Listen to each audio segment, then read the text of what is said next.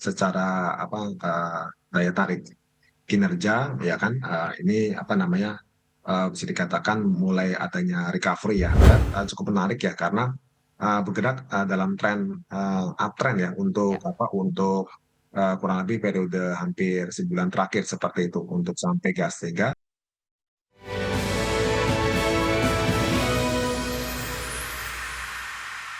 Pemirsa, terima kasih Anda masih bersama kami di Market Buzz, dan sebelum kita lanjutkan dialog kita pada pagi hari ini, kita akan lihat terlebih dahulu bagaimana posisi pembukaan perdagangan IHSG di 1 menit pertama pada pagi hari ini. Kita lihat bersama-sama di layar televisi pemirsa, IHSG terpantau menguat 1,02% ke 7.777. Sementara itu top gainers datang dari BMRI, kemudian BBRI, BBNI, CBRE, dan juga Aman Mineral. Top losers datang dari PACK, kemudian RRCA, ada LPKR, SGER, dan juga Nano. Sementara itu dari sektoral, penguatan dipimpin oleh sektor perbankan disusul cyclical, kemudian non-cyclical dan properti. Seluruh sektor tampak masih mengalami penguatan. Dan berikutnya pemirsa, kita lihat bagaimana pembukaan bursa Asia pada perdagangan pagi hari ini. Ya.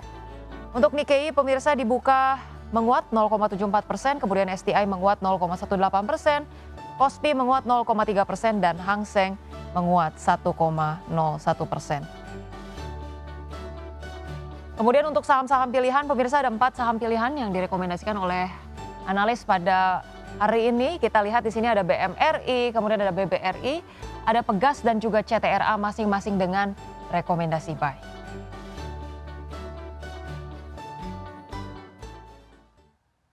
Dan pemirsa, kita akan kembali bergabung bersama dengan Pak Praska Putrantio selaku CEO dari Advisor.id. Pak Praska, tadi kalau kita lihat IHSG menguat 1% pada pagi hari ini dan top gainers didominasi oleh saham-saham perbankan Himbara. Anda melihat perbankan Himbara untuk saat ini posisinya adalah cukup baik untuk kita tradingkan jangka menengah, jangka pendek, atau seperti apa sih Pak Praska? ya, kalau saya melihatnya saham-saham perbankan Himbara saat ini lebih ke jangka pendek dulu ya, karena kan lagi-lagi kita saat ini sifatnya masih mencermati seberapa efektif langkah dari MenQ yang baru ini, kekuatan baru. Dan impact-nya bagaimana ke sektorial seperti itu. Karena saat ini kan mungkin saham-saham perbankan Himbara terdampak positif dari kabar peningkatan likuiditas ya 200 triliun Ya. ke sektor keuangan khususnya Bank Himbara, yang bisa dikatakan langkah tersebut ini mirip seperti kejadian saat COVID seperti itu. Jadi meningkatkan likuiditas di pasar keuangan. Nah, tapi tinggal bagaimana kelanjutan kenaikannya tentu sangat bergantung pada performa di mana dalam kurang lebih 1-2 tahun terakhir memang kinerja saham-saham perbankan cenderung melambat khususnya Bank Ya. Himbara. Nah, sehingga investor masih perlu wait and see nih. Karena tadi saya bilang lebih ke jangka pendek ya, pendek sampai menengah, mungkin 1 sampai 3 bulan kita melihat pergerakan seperti apa dan bagaimana rilis kinerja keuangan di kuartal 3 seperti itu. Bahkan syukur-syukur kita melihat sampai di kuartal 4. Baik, ada proyeksi yang positif untuk saham perbankan, tapi direkomendasikan trading jangka pendek untuk sementara waktu sembari menunggu data-data fundamental dari kinerja masing-masing saham perbankan ya. Apakah ini artinya juga untuk saham properti yang kemarin secara sektoral menguat 1%?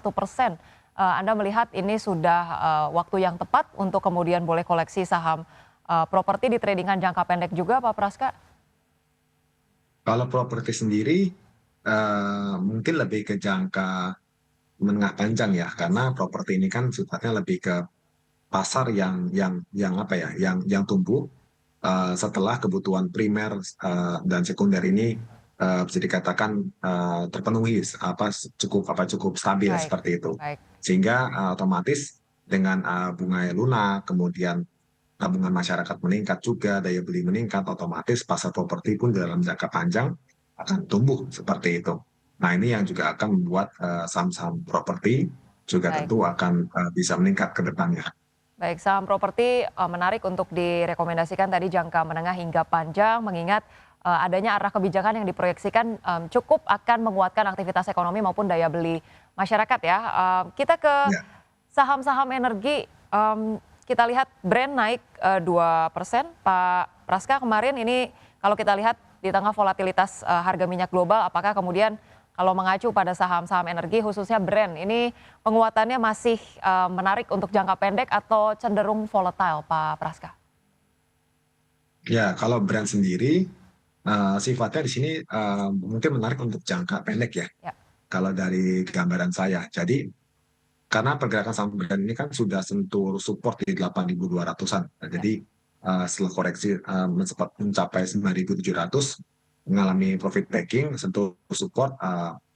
Jadi sifatnya wait and see karena potensi apakah membentuk pola double top ya, yang Mhm. membuat melanjutkan koreksi berikutnya sampai ke level 7 ribuan ya kan, atau mantul kembali ke resisten di level 9.300 sampai 9.700 untuk di jangka pendek. Makanya saya bilang lebih kepada untuk trading jangka pendek untuk saham brand. Baik. Kemudian menarik juga untuk dibahas, Pak Praska terkait dengan saham-saham, komoditas emas. Apakah Anda melihat, proyeksinya masih menarik saat ini, Pak Praska? Ya, untuk saham emas sendiri sebenarnya menarik ya. Eh, Hanya saja saham-sahamnya kalau menurut saya sudah cenderung bisa dikatakan tuh overbought ya, sudah Ya, ya. jenuh beli ya.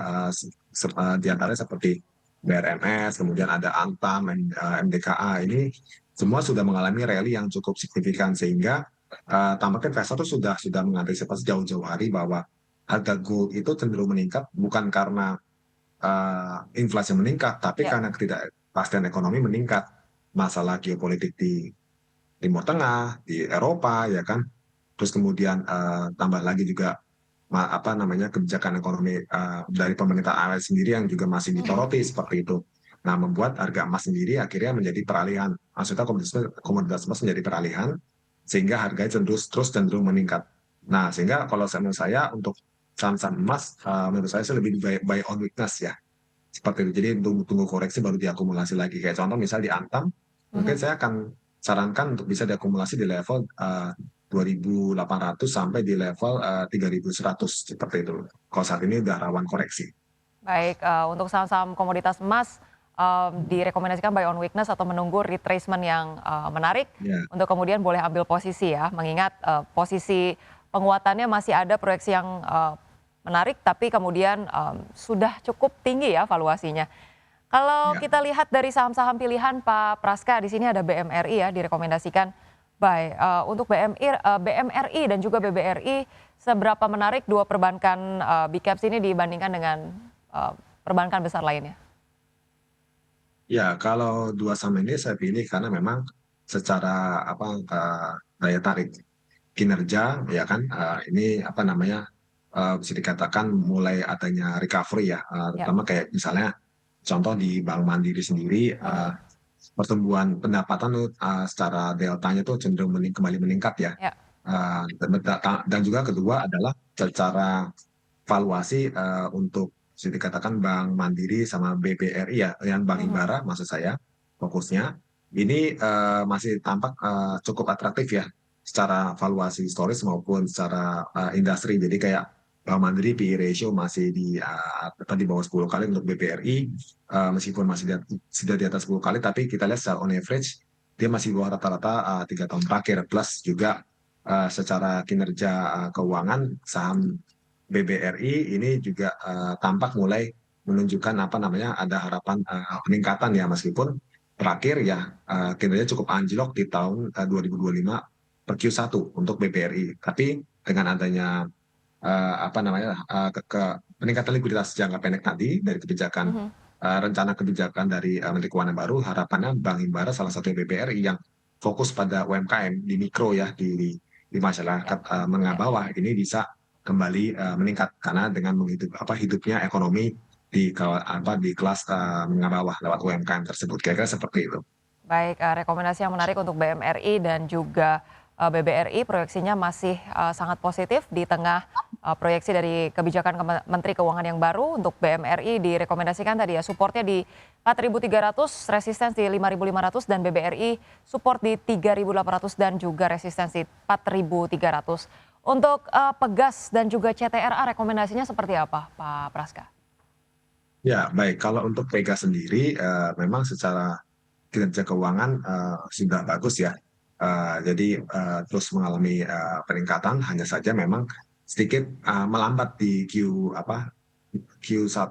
ini ya di tahun 2025. Jadi penurunan laba usaha dan juga laba bersih dan juga melambatan pertumbuhan. Tapi secara pergerakan harga sahamnya di sini saya cukup menarik ya, karena bergerak dalam tren uptrend ya Ya, untuk kurang lebih periode hampir sebulan terakhir seperti itu untuk saham Pegas. Sehingga di sini investor bisa sarankan lebih kepada trading jangka pendek ya. baik. Buy dengan tadi di level sekitar 1.700-an, 1650 sampai 1.700. Baik, untuk Pegas direkomendasikan trading jangka pendek, masih ada potensi uptrend lebih lanjut, support di 1.650 dan resistance di 1.800. Untuk CTRA seperti apa Pak Praska? Untuk CTRA di sini juga katalisnya adalah performance dari emiten yang baik ya, dalam kurang lebih saya amati 2 tahun terakhir ya, 2024 dan Makaran 2025 ya kan, plus juga secara harga saham sini yang menarik, CTRA itu masih bergerak mendekati area support ya, Ciputra Development ya, di area support di kisaran 905 ya. Jadi kita bisa sarankan mungkin tadi ya di kisaran 900 sampai di level 930-an ya. Jadi 980-an untuk area akumulasi dengan target itu bisa dikatakan di level 1100-an seperti itu. Jadi Baik. apalagi dengan katalis penurunan suku bunga ya, dan yang mempengaruhi kinerja properti dalam jangka menengah panjang. Baik, itu dia tadi 4 saham yang direkomendasikan, ada BMRI, BBRI, Pegas, dan juga CTRA. Baik, Pak Praska, satu pertanyaan terakhir sebelum kita akhiri dialog pada pagi hari ini. Tadi kalau kita lihat IHSG pagi hari ini menguat cukup eh, tinggi ya, 1,12%. Ya. Anda melihat ini betul-betul didorong oleh sentimen kekuatan dari global, ada The Fed dengan pemangkasan suku bunganya, dan kemudian juga dari dalam negeri ini terkait dengan arah kebijakan yang mendukung likuiditas khususnya di perbankan. Ya. Sejauh apa ini akan berlanjut, proyeksi support dan resistensi IHSG hari ini akan seperti apa? Ya, untuk hari ini IHSG diperkirakan bergerak dalam kisaran 7644 sampai di paling maksimum di level 7790 ya. Baik. Seperti itu. Dan untuk jangka menengah sendiri memang IHSG ada potensi untuk bisa range-nya tuh di supportnya terendah tuh di 7.500 ya jika terjadi reversal. Ya. Tapi untuk uptrend maksimum itu di 8.017-an seperti itu. Baik, singkat saja strategi investasi untuk pekan ini seperti apa nih? Tinggal 1 hari terakhir besok, Pak Praska. Ya paling kita fokus tadi ya pada 3 sektor yang diuntungkan Ya. itu ya. Khususnya pada saham-saham yang belum mengalami apresiasi signifikan dalam Ya. dalam let's say 3 bulan terakhir, seperti perbankan yang big banks tadi ya, BCA, Bank Mandiri, BRI. Terus kemudian ada juga saham menarik, saham MAPI ya. Ya.